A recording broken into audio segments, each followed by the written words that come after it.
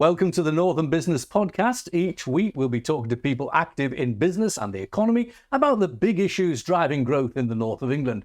We're sponsored by Virtue Motors, one of the UK's largest motor retailers. Check out its website at virtuemotors.com. I'm Graham Robb, owner of Recognition PR. We help scores of businesses promote their products and their services, and some are featured on this podcast. Make sure you never miss an episode by subscribing on YouTube or wherever you get your podcasts. In the studio today, we have John Elliott, chairman of Ebac, the manufacturer of heat pumps and dehumidifiers, as well as being the only manufacturer of UK washing machines.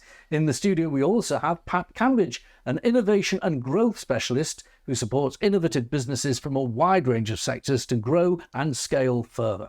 And down the line with Katy Moss, Managing Director of Trent Refractories, a Scunthorpe-based and family-owned manufacturer and supplier of bespoke refractory solutions. And she supplies the UK market and beyond. So a great team today. Katy, welcome down the line. I'm looking forward to coming to you later because I'm going to ask the question, what's refractory? I'm sure people will want to know more. John Elliott first. We are live on a Wednesday, and people watching or recording this will know that we haven't quite seen all of Rishi Sunak's remarks about what he calls pragmatic and proportionately changing the pace of the net zero policies. But what we have established is that he is going to change the way in which gas boilers are affected. So plans to stop new build properties being fitted with gas boilers beyond 2025 are being pushed back 10 years.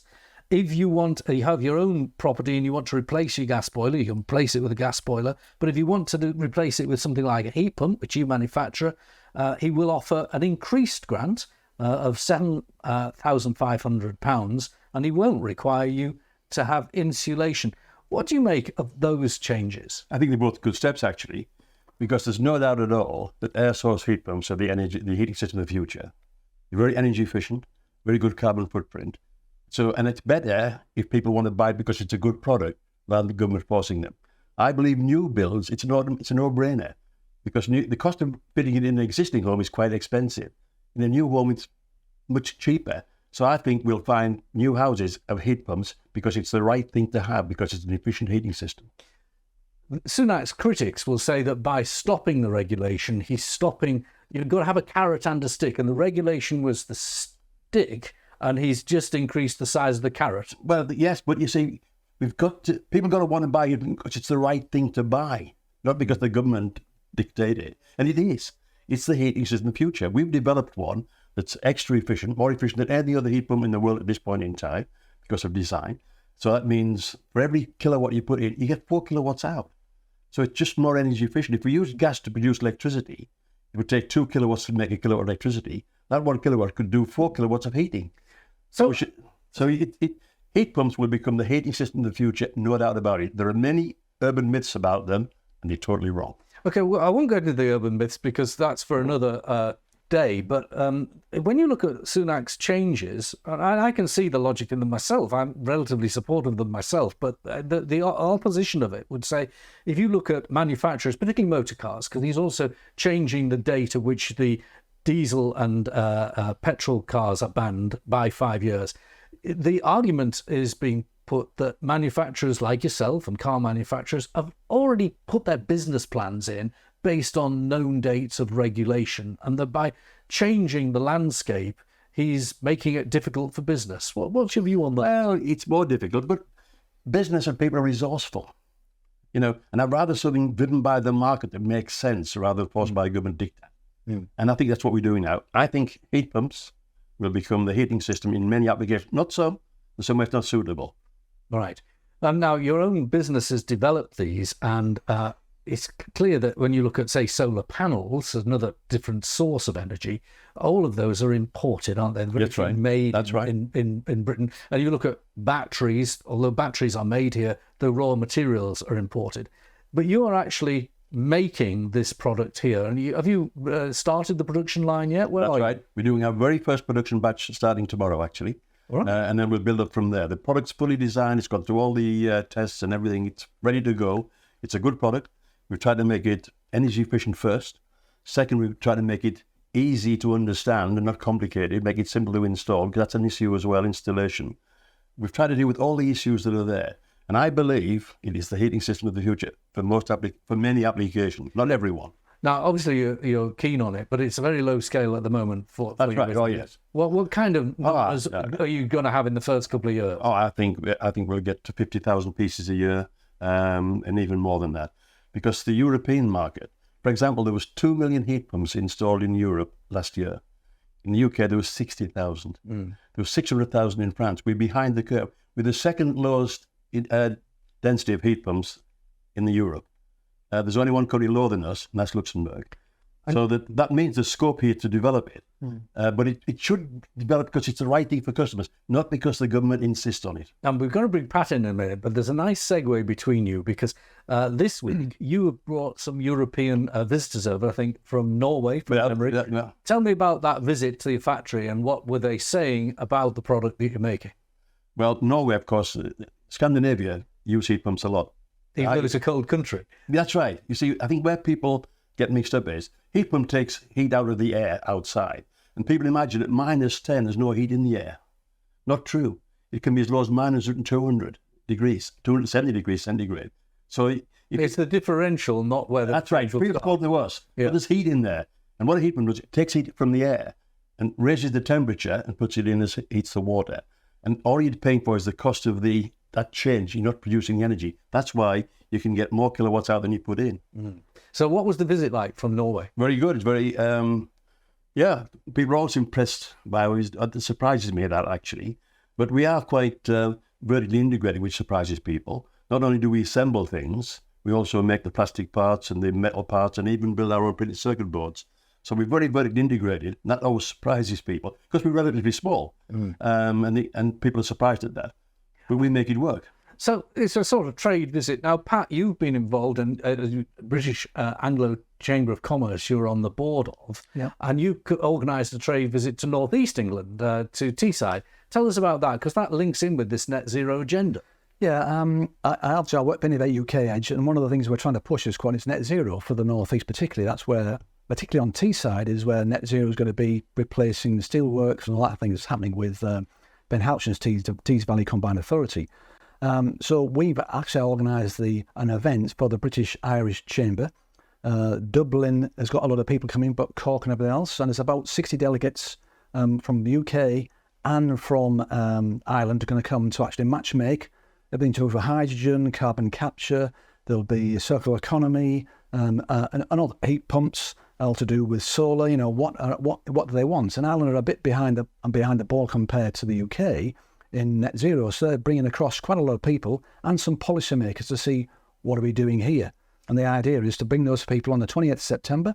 We'll go to the Net Zero Centre in Middlesbrough and then do a tour of the North East and what's happening in the different places and get a feel. It's a taster and match makeup. So you're showing off good British innovation based in North East England. Yeah. And tell me, now you've heard me tell you about what Rishi Sunak has been saying while we've been chatting.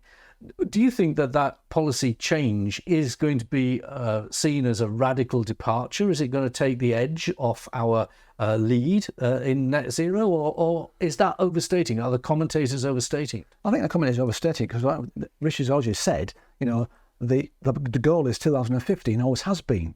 The plan was to do certain things. Back to what John says, the plan can't always say the plan. The plan has to change to be, works for what the businesses do and what people want. Back to what John says, this is probably more incentive than actually more carrot than stick. So people will go that way for that.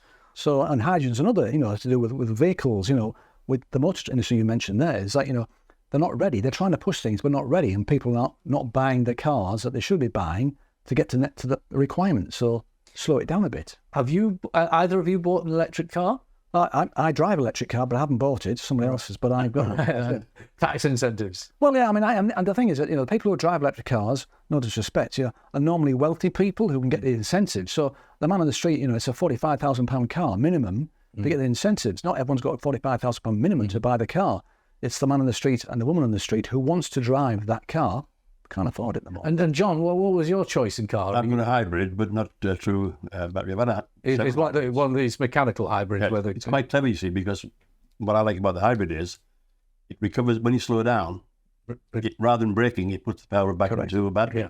So it's perpetual motion almost. And my own team all choose electric because of the tax incentive. Yeah. It does cost me as a business more to lease them, though, but that's another issue. And my own car is actually still diesel, so...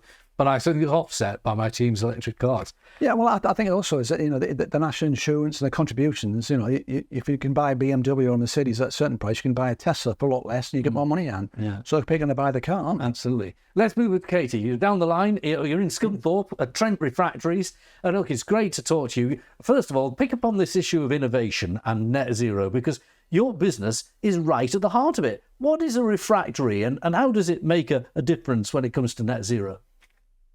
Well, because first of all, a refractory, for those that don't know, is in a simple form is a type of ceramic product, but it's essentially concrete that goes to very high temperatures, and it can be in, well, that's what we make. There's other types of refractories in terms of fibre and things like that, but it's a product that will go to high temperature that's a form of ceramic.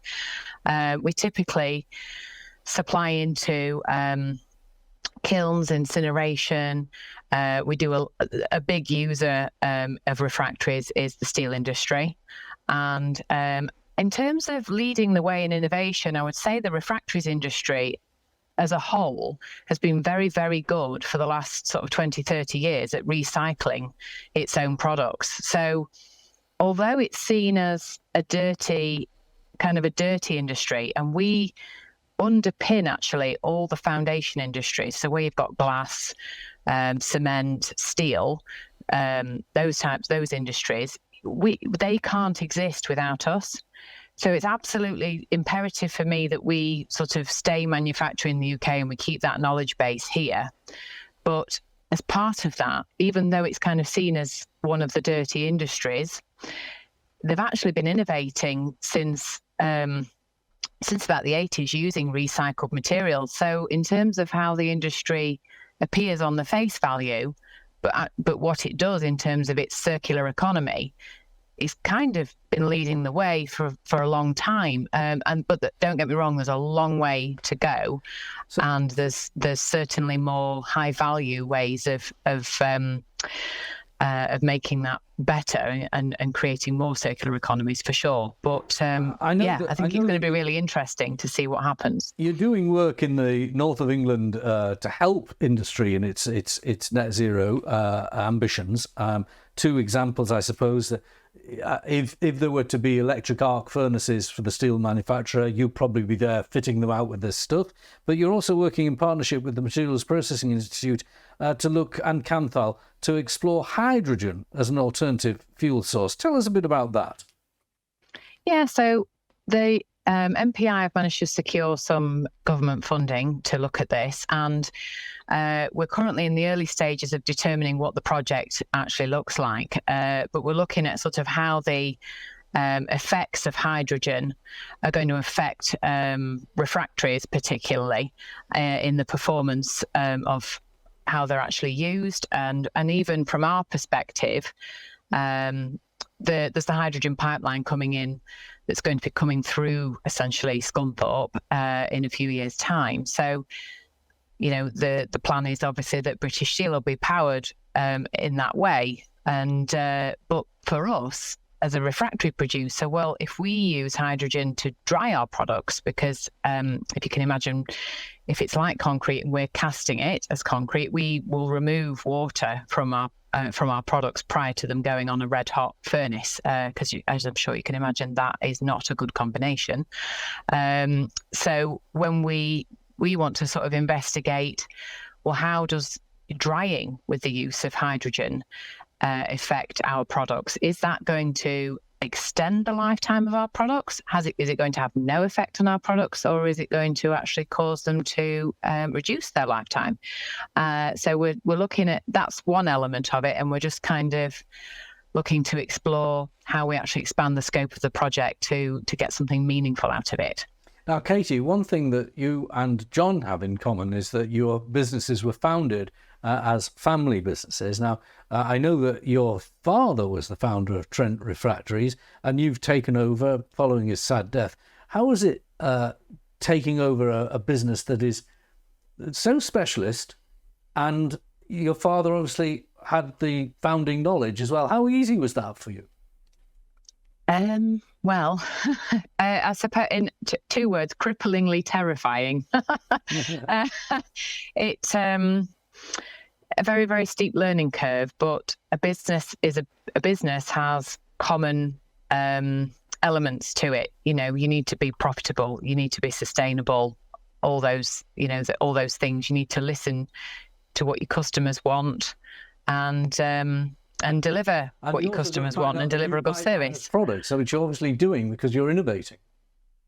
Well, I think there was certainly a period of time where, you know, you step in, and at that point the priority is to keep things going, and then you start to get to grips with what you actually do, because it was very, very specialist and is very specialist, and still, you know, I employ technical people to tell me what is right and wrong. I'm not a technical person. But there's this kind of evolution of the business of securing it for today, listening then to what the customers actually want. Are we actually delivering what they want? Refining then our proposition, if you like, and then trying to do good things to set ourselves apart from others. And as the years have gone on, our industry institute, as the first port of call, keeping them, it was important. It was quite clear to me early on that we really needed to retain the skills for refractories within the UK. So my first thing was, even though I don't have those skills, how can I have a positive effect on our sort of institute, our industry institute, to make sure that we keep those skills. So I spent quite a lot of time helping that and changing that for the future. And then more recently, because I've become this sort of super passionate person about making stuff in the UK, I've joined the board of Made in Britain, the trademark, and, you know, listening about these heat source pumps. Perfect. That's what we need in the UK. And I've just heard over the last week or so that the UK has actually overtaken France now, as for its manufacturing, which is something I hadn't expected to hear, but really, really heartwarming. And we just need to keep building our own manufacturing, supporting our own businesses, and hopefully this grant that Rishi's giving will help you and your business grow and help people do the right thing. And that's what we want, isn't it? How many people do you employ, Katy? About 16. All right, so it's a small, so not a massive business. John, you obviously, I know you support Made in Britain. Absolutely. And we have a long way to go, though. We're not there yet. The fact we've beaten the French is not a very high bar. We've got a long way to go. You know, I still like it though. No, it's a very small step. Those in power don't realise actually that we've got to balance the books, and we only do that by making more things in the UK rather than importing them. We import them with money that we don't have. We borrow. You know, we've just got to sort the basic economy out. We've got to make more things in the UK. Not negotiable. Pat, this is obviously music to your ears. It is, yeah. I mean, interesting. Both speakers, both their businesses is something that Innovate UK, Edge, KTN, and all the kind of divisions would sponsor, help to grow, all that kind of stuff. I think that the government has realised that we're not going, SMEs are not going as big as they should be. So manufacturing and all innovative things where we are good at is they're going to put a load of people behind them. There's 330 people like me around the country. There's 5 in Teesside. There's about another 30 in Newcastle and Sunderland area. And there's some obviously in Hull and Scunthorpe. Their job is to help businesses to scale and grow, find the right funding, find the right places, signpost them, support, scale them, and see them to grow. Big programme. Now, Innovate is funded by the UK government. It is, yeah. What is it Ronald Reagan said? There's no more terrifying phrase than "I'm from the government and I'm here to help." Yeah. But if someone like John or Katy needs help from Innovate UK, is it possible to engage with you? Yeah, it is. I mean, obviously we have capacity, but the thing is, we're an agency. We're not a government. So I work through Teesside University. And the guys I work with have all either owners of businesses or have been high up in their organisation or still have their own business. So we get involved in that business. We do some growth businesses and we have some high growth individuals. where we hand them up to scale-up directors and they move at a pace, looking at funding, looking at all the things that John's mentioned, also Kate's mentioned. What is it we can try and do to help their businesses scale and grow? Export, import, all that stuff, without stepping on the toes of the Department of Business and Trade. It's about innovation. All right.